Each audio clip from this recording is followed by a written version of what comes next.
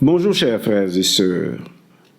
Dans sa conférence de presse, le président Laurent Gbagbo nous dit, en résumé, dans son intervention concernant la lettre adressée à la Cour pénale internationale, que l'Afrique finira par sortir du statut de Rome de la Cour pénale internationale si rien n'est fait au sujet du procès qui a reconnu qu'il n'est pas coupable. Et dès cet instant, il faut trouver ceux qui ont massacré les personnes, le génocide, les responsables du génocide de Dieukwe. Alors le président Laurent Gbagbo dit dans sa conférence de presse qu'il existerait, il semblerait exister une complicité entre la Cour pénale internationale et ceux qui ont massacré les populations de Dieukwe. Et nous allons écouter Ibrahim Traoré qui va établir même une relation de transitivité. C'est-à-dire, à l'écouter, il existe une complicité entre la Cour pénale internationale et les terreaux qui, disons, endeuillent l'Afrique. Avant d'écouter le président Laurent Gbagbo, nous allons faire une dictée. Écrivez un cure-dent, des cure-dents. Un cure-oreille, des cure-oreilles. Un cure-ongle, des cure-ongles. Je reprends.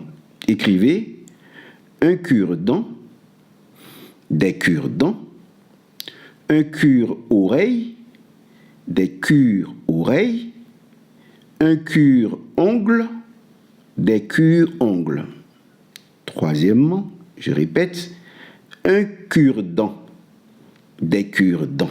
C'est ce qu'on prend pour un cure-oreille, des cure-oreilles, un cure-ongle, des cure-ongles.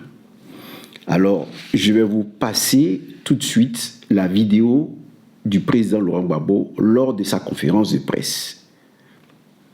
Merci, madame. Monsieur le Président, voilà. Nous sommes qui intéressent les Ivoiriens, Monsieur le Président. Oui. Il y a quelques mois, vous avez écrit une lettre à la Cour pénale internationale. Oui. Pour réclamer la suite des enquêtes sur tout ce qui s'est passé en Côte d'Ivoire. Oui.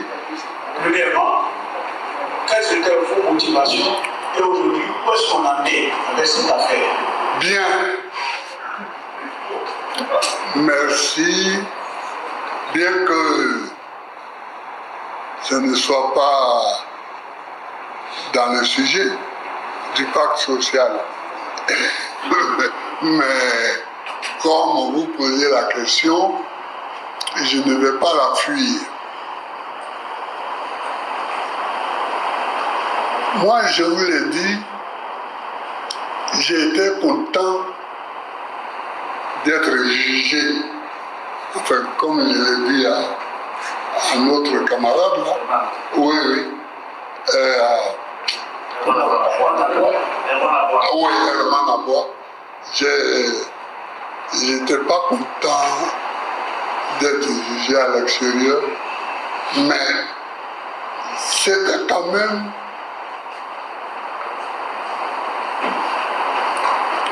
le meilleur endroit du point de vue du droit. Là-bas, au moins, le droit a été dit. Le droit a été dit. La vérité a été dite. Mais on est deux camps. Si ce n'est pas un camp, si la Cour pénale internationale dit que ce n'est pas un camp, bon, il faut au moins qu'on interroge au moins l'autre camp pour savoir. Il faut qu'on enquête au moins sur lui. Mais on n'enquête pas. On nous dit qu'on enquête, qu'on a commencé Français, et tout. Mais,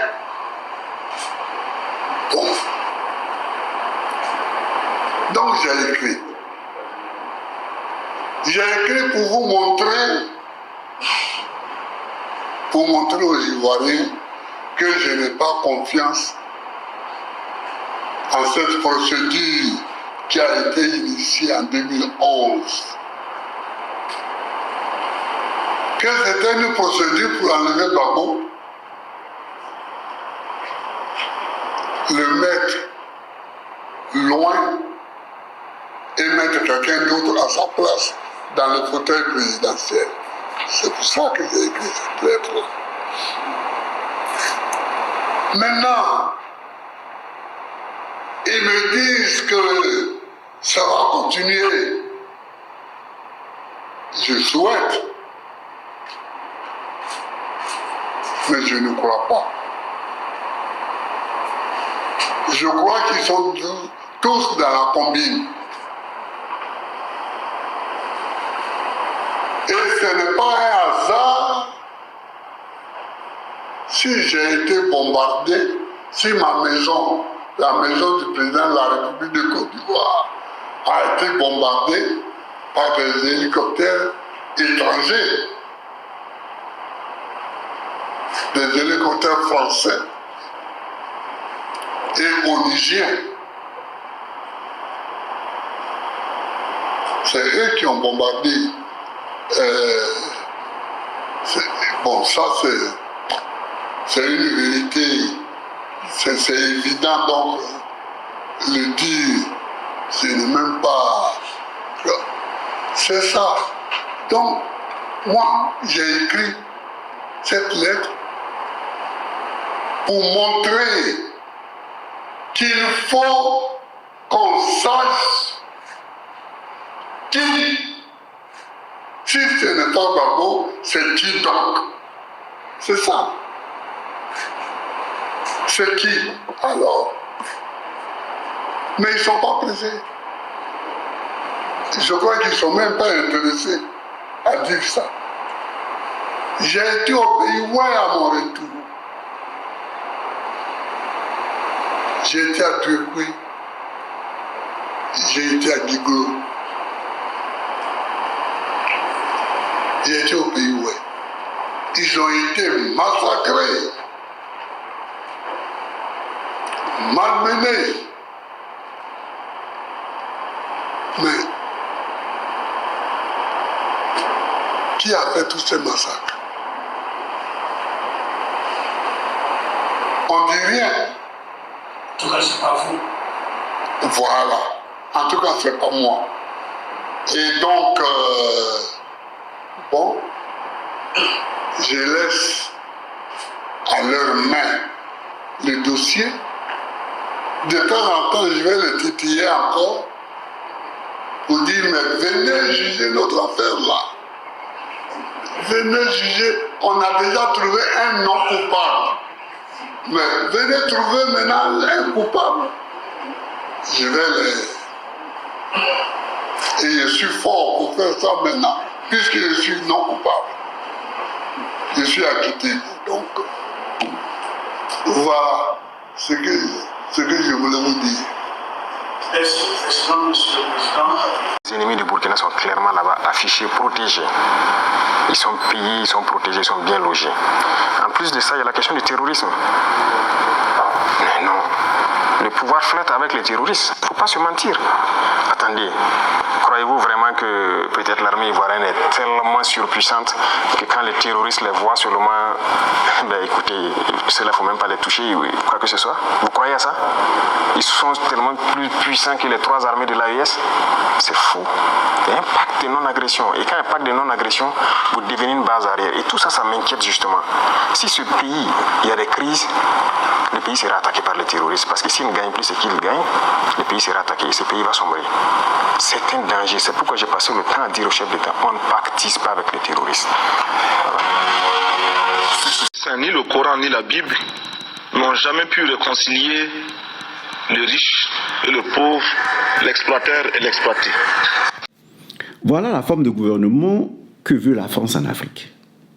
C'est-à-dire, nous avons un dictateur qui a usurpé le pouvoir en Côte d'Ivoire. J'ai nommé Alassane Ouattara. Il s'est servi de quoi? Il s'est servi de rebelles qui ont attaqué la Côte d'Ivoire.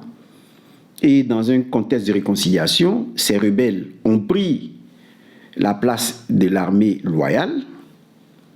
Et aujourd'hui, les Français qui disaient combattre les terreaux au Mali et au Burkina et autres, eh bien ces Français-là, surtout au Mali, puisque c'est le Mali qui avait, disons, eu à négocier avec les forces françaises pour les aider à lutter contre les terreaux, eh bien, aujourd'hui, nous avons une base militaire française en Côte d'Ivoire et les terreaux sont en Côte d'Ivoire. C'est ce que nous dit Ibrahim Traoré. Alors, qu'est-ce que cela veut dire? Cela veut dire que les terreaux qui s'attaquent à l'AES ne sont que des terreaux artificiels formés par l'armée française. Et Ibrahim Traoré, dans plusieurs interviews, a dit que Bazoum était celui-là qui contrôlait ces terreaux. Et ils ont envoyé des émissaires chez eux, au Burkina Faso, qui était autrefois une base des terreaux, pour dire de signer avec les terreaux un accord de non-agression, ce qu'ils ont refusé. Et il a envoyé aussi des émissaires chez Bazoum, et la mission a échoué.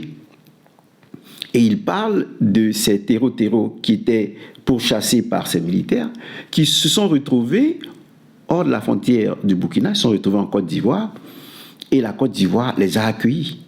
Cela signifie que la Côte d'Ivoire est devenue une base arrière des terreaux. Et si les terreaux qui étaient combattus au Mali par les Français cohabitent en Côte d'Ivoire avec les Français, l'armée française, les militaires français, qui gardent Teni Birahima et qui gardent Alassane Ouattara, bien cela signifie tout simplement que les vrais auteurs du terrorisme en Afrique de l'Ouest, eh bien, sont bel et bien les mercenaires de l'armée française. Parce que la relation de transitivité est claire. Si Ouattara est en relation avec la France, reçoit ces décisions de la France, vendredi, après la conférence de presse, il a pris son avion pour Paris, pour recevoir d'autres ordres par rapport à la conférence de presse. Mais comme le dit le président Laurent Gbagbo, et ça c'est clair, nous allons finir par sortir dans la rue. Mais ça c'est un autre dossier. Pour le moment, nous abordons la question de la Cour pénale internationale. Pour dire que si la Cour pénale internationale, jusqu'à un certain temps, ne fait rien pour juger l'autre camp, pour trouver les coupables de l'autre camp, eh bien, l'Afrique finira par sortir du statut de Rome parce que ça ne sert à rien. Parce que les hélicoptères onusiens attaquent la résidence, la justice onusienne, qui est la Cour pénale internationale, eh bien, la Haye, ne fait rien pour trouver les responsables du génocide de Djouekwe, eh bien, la conclusion est claire. C'est que la relation d'intransitivité nous met en contact l'ONU, la France et les terreaux. Voilà ce que l'historien a dit dans sa conférence de presse. Donc, l'Afrique doit s'attendre à cela. L'AES, je crois, est déjà sortie de la Cour pénale internationale. Nous allons aussi, toute l'Afrique va finir par sortir de la Cour pénale internationale parce que on ne se limite pas en Côte d'Ivoire. Le président Gbagbo a dit, notre combat ne se limite pas à notre pays. Notre combat doit s'étendre à toute l'Afrique. Voilà, avant de finir mon exposé, ma vidéo, je voudrais vous donner lecture la correction de la dictée. Un cure-dent, vous voyez, cure-dent, des cure-dents, on met S à dent, mais cure, non. Une cure, on ne met pas, voilà, on ne met pas S à cure. Un cure-oreille, des cure-oreilles, on met S. Un cure-ongle, traditionnellement, avant, on écrivait ongle, un cure-ongle, ongle, on mettait S. Mais maintenant, on peut écrire un cure-ongle sans S. Sinon, traditionnellement, on mettait S. Mais dès 1990, ils ont changé l'orthographe. Donc, avant, on écrivait un cul-ongle avec S, mais maintenant, si vous écrivez un cul-ongle sans S, c'est correct. Voilà, c'est correct. Et ici, nous avons des cul-ongles. Voilà, c'est une petite dictée pour vous amener à ne pas faire d'erreur. Voilà. Donc ici, oreille, dents, tout ça sont des noms. Alors on les met au pluriel. Une cure, c'est une cure. Voilà.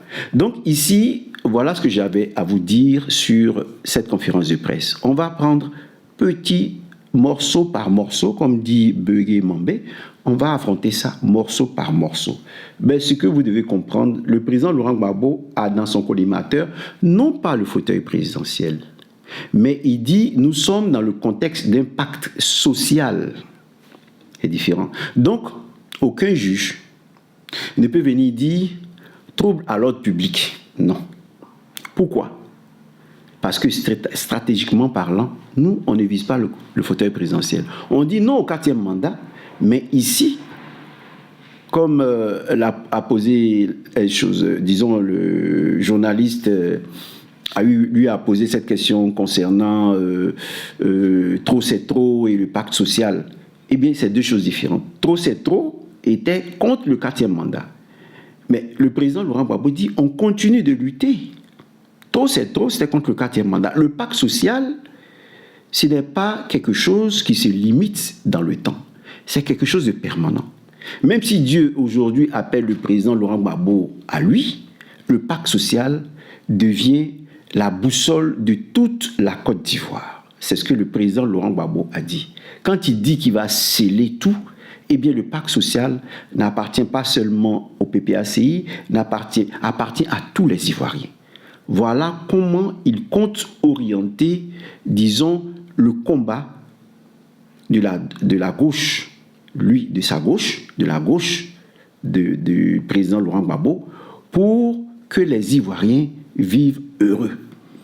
Alors ici, nous nous en prenons aux droits des citoyens. Donc, son fauteuil présidentiel, il peut s'asseoir dessus, mais nous nous battons aujourd'hui. Il faut bien comprendre la différence. Voilà. Lorsqu'on parlait du 4e mandat, de son fauteuil présidentiel, il nous traitait de terreau-terreau.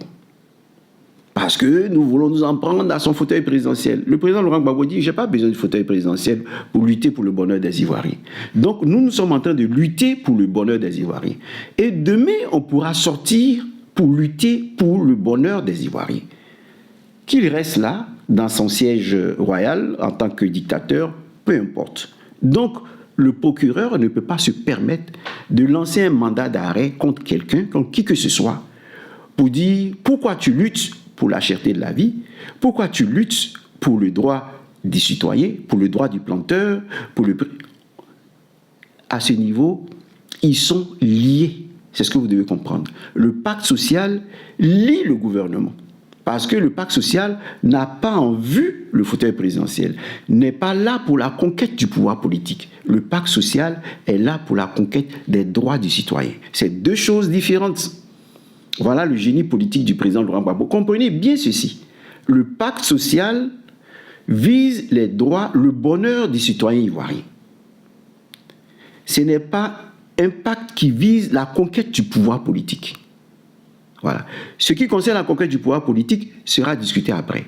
Parce qu'ils viennent de faire prêter serment à Cubière pour le Conseil d'État, parce qu'on veut aller vers le parti unique. Ça, c'est un autre combat. Mais actuellement, le combat que nous menons, c'est le combat pour le bonheur de tous les Ivoiriens. Et tous les Ivoiriens sont concernés. Ça n'a rien à voir avec, même si c'est une continuité dans le combat, mais trop c'est trop est là. Mais nous ici, on n'inscrit pas la conquête du pouvoir politique dans le contrat social. Il faut que cela soit clair dans notre esprit. Voilà la différence subtile entre le trop c'est trop, PDCI, PPACI, et le pacte social. Voilà. Le pacte social, c'est comme, disons, la constitution du pays. Et on vient sanctifier cette constitution-là. On vient revoir cette constitution pour reprendre les droits qui sont violés en Côte d'Ivoire, pour dire, voilà, le pacte social, qui se trouve dans la Constitution que le président Laurent Gbagbo met au grand jour. Et on se bat pour cela, pour que la Côte d'Ivoire revienne aux Ivoiriens, parce que chacun a son pays. Un étranger ne peut pas venir en Côte d'Ivoire être plus heureux que l'Ivoirien, et l'Ivoirien en exil, non. Donc le pacte social a pour but de se battre pour défendre les droits. Je répète, pour défendre les droits des citoyens ivoiriens. Voilà, il faut que cela soit clair. Tu es ivoirien, le pacte social est pour toi. Quelle que soit ton appartenance politique, tu es PDCI, tu es RHDP, tu es quoi que ce soit, tu dois te retrouver dans le pacte social. Parce que le pacte social te concerne. Ton papa est paysan, ton papa est planteur, ton papa fait de l'élevage, ou bien tu es concerné. Tu es diplômé en Côte d'Ivoire, tu es concerné. Et voilà pourquoi le président Laurent Gbagbo dit il faut que les Ivoiriens comprennent que la fonction publique ne peut pas prendre à embaucher tout le monde. Donc c'est tout ça le pacte social. Vous voyez, pour que le droit des citoyens soit en avant. Le pouvoir politique sera un autre combat. Parce qu'on attend ce qu'ils vont faire de la CEI. Ils ont dissous la CEI, mais on va voir ce qu'ils vont faire de la loi d'habilitation de la CEI. Parce que la CEI de Cuibière a été dissoute. Mais la CEI en tant qu'institution, organe, indépendant, qui impose au pouvoir exécutif une certaine justice, une justice sociale, et bien une justice au niveau des droits de vote, du droit de vote, eh bien, on va voir si les décisions qu'ils sont en train de prendre vont aller mettre fin à la loi d'habilitation. Voilà, c'est deux choses que je voudrais vous expliquer pour que ce soit clair dans votre esprit. Merci et à la prochaine vidéo.